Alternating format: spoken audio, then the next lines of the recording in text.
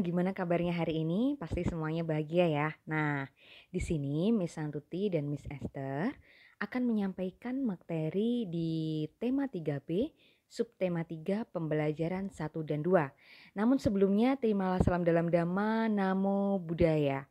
Nah, di pembelajaran hari ini kita akan belajar tentang tema menyayangi tumbuhan. Teman-teman, silakan bisa dibuka buku tematiknya halaman 65.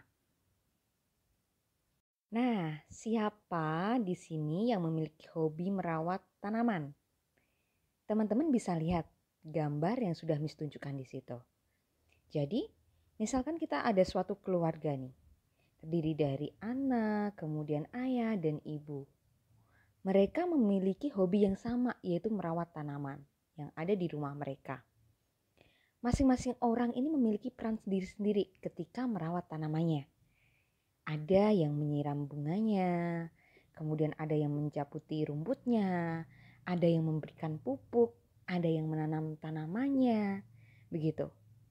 Jadi, mereka mempunyai bagian dan tugas untuk menjaga tanaman yang mereka punya.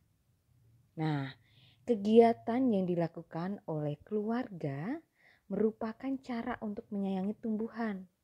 Seperti tadi nih, ada yang menyiram, ada yang mencabuti rumput, ada yang menanam, ada yang memberikan pupuk. Menyayangi tumbuhan merupakan bentuk rasa syukur kita kepada Tuhan. Nah, kegiatan lain apa saja yang dapat kalian lakukan nih untuk menyayangi tumbuhan? Coba kalian bisa menyebutkan, menurut kalian apa aja yang pernah kalian lakukan? Ketika teman-teman sedang berkebun bersama mama atau papahnya, pernahkah teman-teman berwawancara nih seputar tumbuhan dan cara merawat tanaman yang belum teman-teman ketahui sebelumnya? Nah, sebelum Miss sampaikan lebih lanjut tentang contoh dari wawancara, Miss akan sampaikan terlebih dahulu pengertian dari wawancara itu apa.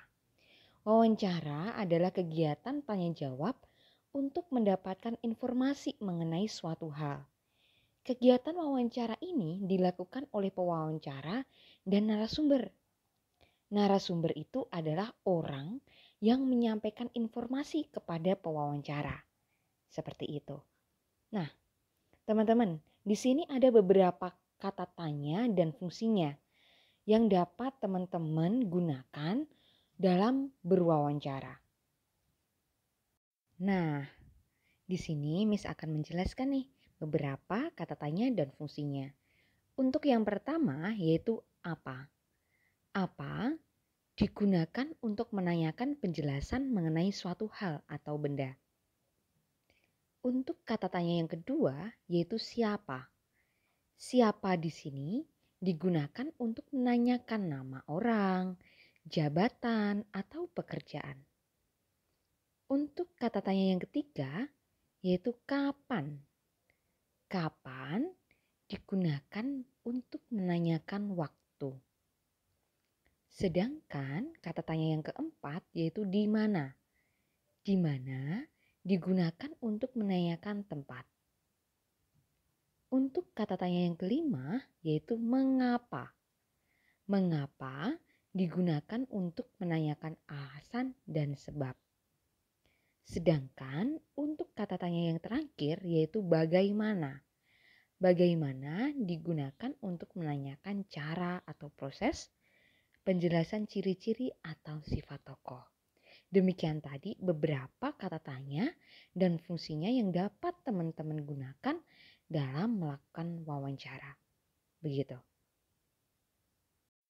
Nah, teman-teman di sini Miss akan sampaikan contoh wawancara antara Nina dengan Pak Usman tentang tanaman bunga mawar yang dimiliki Pak Usman. Nah, teman-teman silakan bisa dibuka buku tematiknya halaman 66.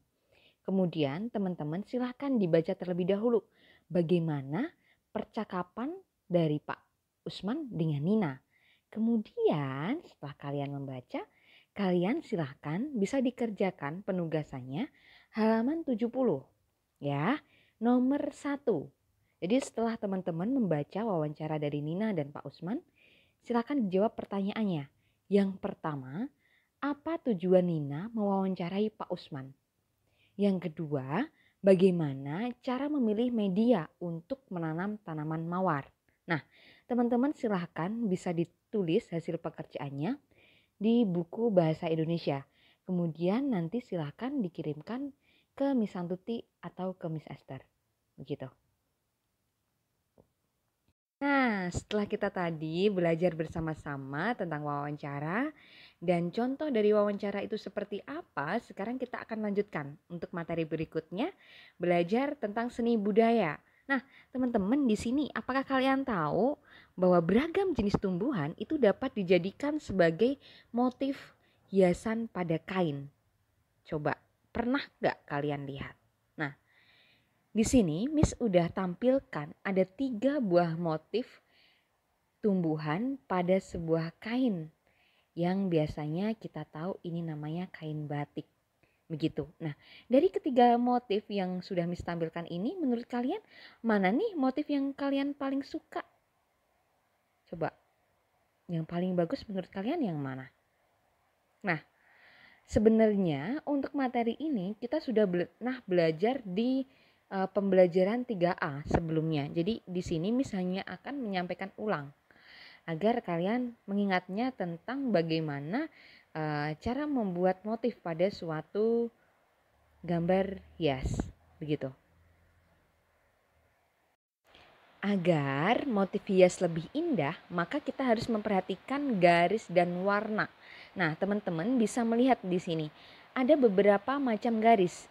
Yang pertama garis lengkung, kemudian ada garis bersilang, kemudian ada garis sejajar, kemudian ada garis zigzag, garis spiral dan garis gelombang, ya. Sedangkan warna itu dapat membuat karya seni menjadi lebih menarik lagi. Ada banyak warna di sekitar kita. Beberapa warna itu dapat dicampur dengan warna lain dan menghasilkan warna yang. Nah, sebenarnya materi ini sudah pernah disampaikan, yaitu tentang warna primer dan warna sekunder. Begitu. Jadi kalau misal ada kuning dicampur dengan merah itu akan berubah menjadi orange. Sedangkan kalau misal kuning dicampur dengan biru itu akan berubah menjadi hijau. Dan kalau misal merah dicampur dengan biru itu akan berubah menjadi ungu. Begitu teman-teman. Nah teman-teman, setelah tadi kita belajar bersama tentang garis dan warna, untuk penugasannya yang akan dikumpulkan besok hari Selasa, silakan teman-teman dapat mewarnai gambar pada halaman 71 ya. Nanti teman-teman silakan dikumpulkan ke Miss Santuti atau ke Miss Esther maksimal besok jam 3. Begitu. Nah, teman-teman, setelah kita tadi belajar tentang wawancara dan motif hias tumbuhan panin, berikutnya kita akan belajar tentang pembelajaran 2 yaitu peran masing-masing anggota keluarga yang ada di rumah. Jadi, kita sebagai anak di dalam keluarga itu memiliki peran. Salah satunya kita wajib untuk belajar. Karena apa? Kita sebagai anak dan kita sebagai peserta didik, tugas kita yang paling utama adalah belajar dan membantu orang tua.